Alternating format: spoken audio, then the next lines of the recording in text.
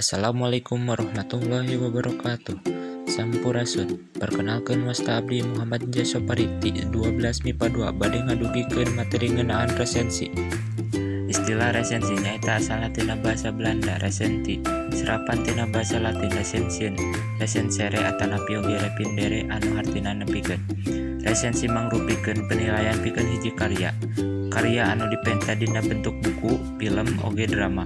Resensi diwangun ku kaunggulan jeung kelemahan sareng informasi anu dicanap tina buku. Unsur-unsur resensi dibagi kana 4 bagian. Nu kahiji judul, kadua nyusun data, katilu isi resensi, jeung nu kaopat panutup. Anu kahiji judulna kedah gaduh kontinuitas sareng isi resensi. Salian teh eta judul anu narik mere nilai istimewa. Anu kadua nyaeta nyusun data buku. Data buku tiasa dilakukan sapertos kieu. Nyaeta judul buku, penerbit, pengarang, dimensi buku, harga buku, sareng tahun penerbit. Anu katilu isi resensi. Bagian anu mengandung sinopsi nyaeta ngaringkes buku kalayan jadi potongan pondok. Kelebihan sareng kekuranganna, rumus sareng kerangka anu dianggo. Anu kaopat nyaeta panutup. Panutup biasana ngandung alasan naha buku ditulis sareng saha eta buku ditunjukkeun. Jenis-jenis resensi dibagi kana 3 bagian. Nu kahiji informasi, kadua deskriptif, jeung nu katilu kritikal. Nu kahiji nyaeta informatif, nyaeta ulasan anu ditepikeun sakedap sareng secara umum tina seluruh buku.